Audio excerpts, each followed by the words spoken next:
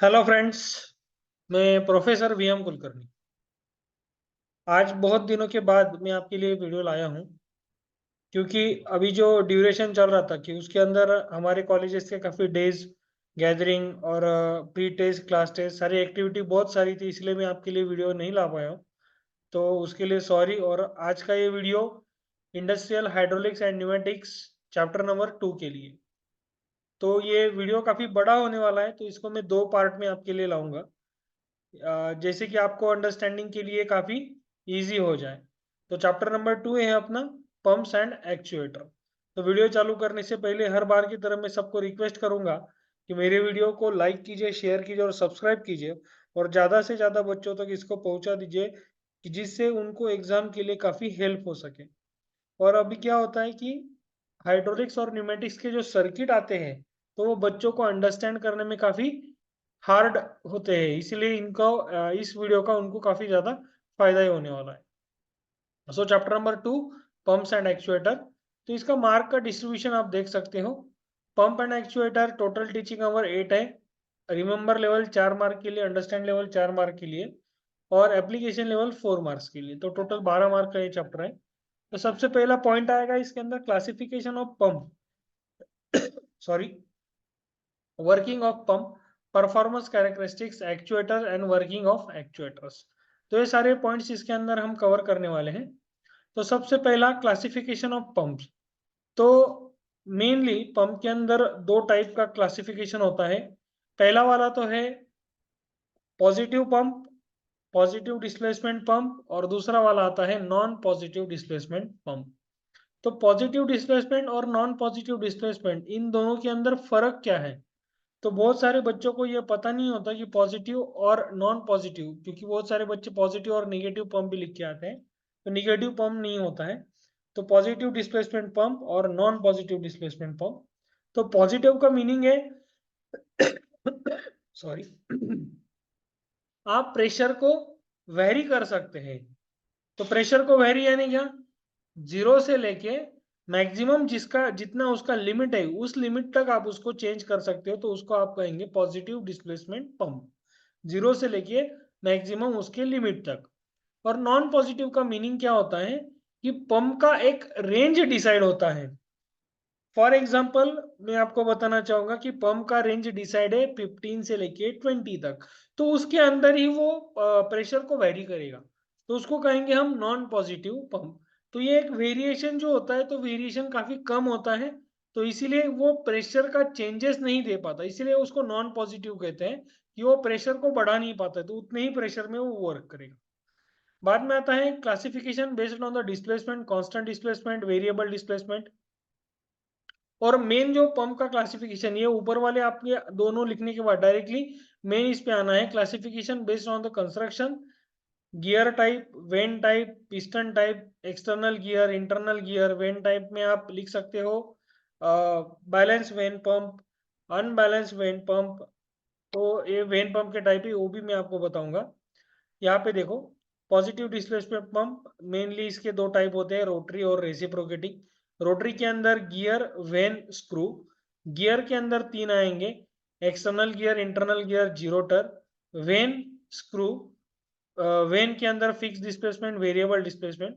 Fix displacement में दो type के हैं, अनबैलेंस और बैलेंस, और वेरिएबल डिस्प्लेसमेंट इतना ही।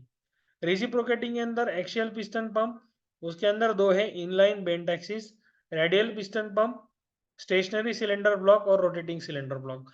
तो मेनली मैं आपको सजेस्ट करूंगा कि आप ये जो ट्री डायग्राम है, इसको ही आप प्रेफर कीजिए। बाद में आता है state the function of pump in a hydraulic system. See, pump और मोटर, इन दोनों के बीच का आपको डिफरेंस पता होना चाहिए। तो पंप क्या है? It is a device which is use to pressurize the fluid. Fluid को प्रेशराइज करने के लिए जो डिवाइस काम में आएगा, उसको हम कहेंगे पंप। और उसको चलाने के लिए आपको मोटर लगेगा। तो मोटर क्या है? Motor is a, it is a one type of a device which is used to convert, motor which is used to convert electrical energy into mechanical one, hydraulic energy into mechanical one। Pneumatic energy into mechanical one. तो any kind of energy उसको mechanical में convert करने का काम अगर कोई करता है तो उसको हम मोटर कहेंगे। तो ये पंप और मोटर, इन दोनों का डिफरेंस आप अच्छे से ध्यान में धर लीजिए। तो इम्पोर्टेंस ऑफ पंप में एक क्वेश्चनरीज पूछे जाते, तो एक क्वेश्चन वाइज इसमें दिए हैं। बाद में आता है इम्पोर्टेंस ऑफ पंप में हम बताना चाहेंगे कि हाइड्रोलिक सिस्टम में अगर पंप वर्क ही नहीं कर रहा है तो पूरा सिस्टम वर्क करेगा क्या? नहीं। तो ये पूरे सिस्टम को एनर्जी देने का काम, प्रेशर देने का काम अगर कोई करेगा तो वो पंप करेगा। तो वर्किंग ऑफ पंप, सॉरी, सबसे पहले हम देखते हैं explain working of gear pump. अभी गियर पंप में हमने देखे थे, दो टाइप देखे थे, इंटरनल और एक्सटर्नल गियर। तो इसको कहेंगे हम एक्सटर्नल गियर पंप। तो एक्सटर्नल गियर पंप में देखो, आपको आईएचपी जो सब्जेक्ट है तो इसके अंदर मैक्सिमम आपको डायग्राम्स ही निकालने हैं। तो मैं अगर अप्रोक्सीमेटली कहूंगा 40 से 50 डायग्राम आपको इसके अंदर निकालने ही पड़ेंगे, कम से कम। इससे ज्यादा भी हो सकते हैं, लेकिन कम से कम 40 to 50 डायग्राम्स आपको निकालने हैं। तो प्रॉपरली आप जब डायग्राम निकालते हैं, अभी एक क्वेश्चन है, देखो, explain the working of A gear pump. तो इसके अंदर आपको डायग्राम निकालना ही है। तो जब भी आप डायग्राम निकालोगे तो diagram carries a half mark. अगर 4 मार्क का क्वेश्चन है तो 2 मार्क डायग्राम के लिए जाएंगे और 2 मार्क आपका डिस्क्रिप्शन के लिए जाएगा। तो डिस्क्रिप्शन 2 मार्क के लिए कितना लिखेंगे आप? 1 पेज लिखेंगे, 2 पेज लिखेंगे, 4 पेज लिखेंगे, तो भी आपको 2 ही मार्क उसके मिलने वाले। तो प्रॉपरली सिर्फ आप डायग्राम ड्रॉ कीजिए और उसके ऊपर से 2 पैराग्राफ लिखना काफी जरूरी है। पहला वाला पैराग्राफ आएगा आपका कंस्ट्रक्शन का। अभी कंस्ट्रक्शन में देखिए, मैं सिंपल लैंग्वेज में आपको बताना चाहूंगा, ये कंस्ट्रक्शन है। तो कंस्ट्रक्शन में हम क्या बोल सकते हैं? इट कंसिस्ट ऑफ, नहीं तो फिर आप ऐसे लिख सकते हैं, गियर पंप कंसिस्ट ऑफ। तो क्या कंसिस्ट करेगा गियर पंप?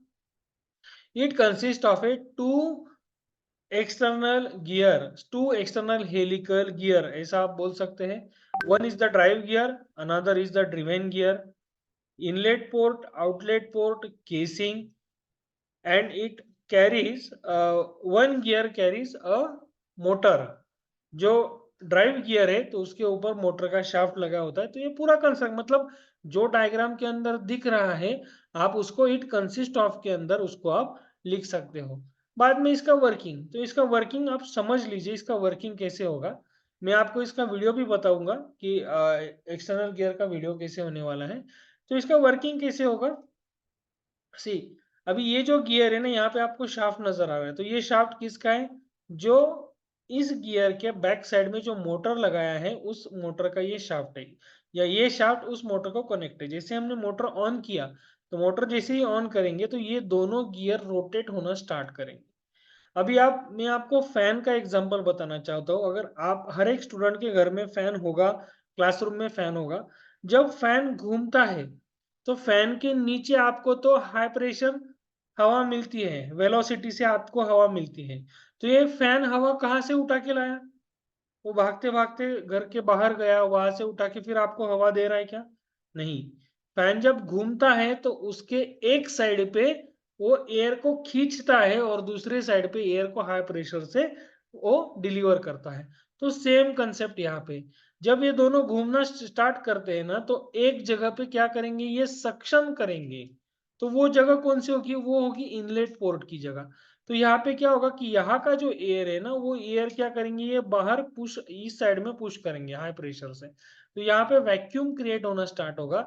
तो यहाँ पे जब वैक्यूम क्रिएट होगा तो वैक्यूम क्या करेगा, तो इस साइड का जो फ्लूइड है वो सक्शन करेगा। तो जैसे इनका स्पीड बढ़ेगा तो इसका सक्शन का स्पीड भी उस हिसाब से बढ़ता है, और हाई प्रेशर है तो इसको प्रेशर कैसे मिलेगा? जो ऑयल अंदर आप ये दोनों गियर पेयर जो है, वो दोनों गियर पेयर जब ऑयल को अंदर खींचते हैं तो ऑयल क्या होता है, ऑयल इनके ऊपर से घूमना स्टार्ट कर देता है। तो मतलब ऑयल को मोमेंटम मिलता है। मोमेंटम यानी क्या? साइकिल का पेडल, अगर आपने डबल स्टैंड पे साइकिल लगाई है और 2-3 बार आपने पेडल उसके घुमाए, और 2-3 बार घुमाने के बाद आपने छोड़ दिया, तो टायर रुक जाता है क्या? नहीं रुकता है टायर। तो वो क्या होता है, उसके अंदर मोमेंटम होता है। तो वही मोमेंटम उस ऑयल को मिलता है, और उस प्रेशर से ऑयल क्या होता है, डिलीवरी पोर्ट में या प्रेशर पोर्ट में वो ऑयल बाहर जाता है। तो उस ऐसे ही उसको हाई प्रेशर मिलता है। तो मैं ये डिटेल में आपको क्यों बता रहा हूँ पंप का वर्किंग, क्योंकि कितने भी पंप रहने दीजिए, कितने भी पंप रहने दीजिए, पंप है तो उसका वर्किंग एक ही है, क्या? सक्शन करना और डिलीवर करना।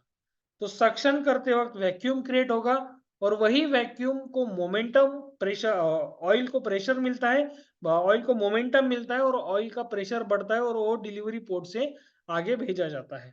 ये सिंपल कंसेप्ट है हर एक पंप के अंदर। बस उसका क्या चेंज होगा, उसका कंस्ट्रक्शन चेंज होगा। तो पहले गियर में, अब पहले पंप में आप देख सकते हो कि दो एक्सटर्नल गियर है, इसलिए हमने इसको एक्सटर्नल गियर पंप कहा। अभी आगे देखते हैं। So this is the internal gear. तो आपको क्या करना है, मेनली डायग्राम समझ लेना है। तो मैं इस सारे सारे इसका वीडियो में भी आपको बताने वाला हूँ कि इसके वीडियोस क्या होते हैं। तो अभी देखो, अभी इसके अंदर दो गियर है, one is the external gear and one is the internal gear. तो आप अभी बहुत सारे बच्चों को मैं जब क्वेश्चन पूछता हूँ ना कि इसका इंटरनल गियर कौन सा है, तो बच्चे क्या बोलते हैं, जो अंदर के साइड में है तो वो इसका इंटरनल गियर है। Is it correct? नहीं, जो अंदर के साइड में है उसके टीथ देखो बाहर है, तो इसको कहते हैं एक्सटर्नल गियर। और जिसके टीथ अंदर के साइड में है उसको कहते हैं internal gear. So it consist of a two gears, one is the internal gear which is situated outside. Internal gear कहाँ पे? आउटसाइड में है। और जो एक्सटर्नल गियर है वो इनसाइड में है। और इंटरनल गियर को ही मोटर का शाफ्ट जो है वो कनेक्टेड है।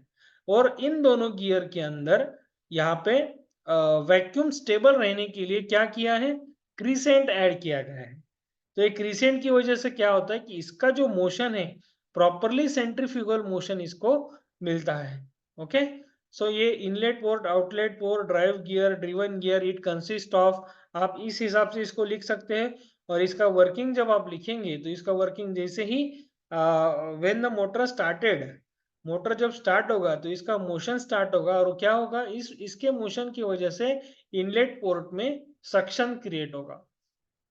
अभी ये 2D डायग्राम में हमको इसका वर्किंग ज्यादा कवर अप नहीं होता, ज्यादा समझता नहीं है, अंडरस्टैंड नहीं होता है, लेकिन मैं जब आपको इसके वीडियो बताऊंगा तब जाके आपको अच्छे से ये पता चलेगा। तो ये दो गियर पंप हुए, एक एक्सटर्नल गियर पंप, एक इंटरनल गियर पंप। तो आज के लिए मैं यहीं पे रुकूंगा।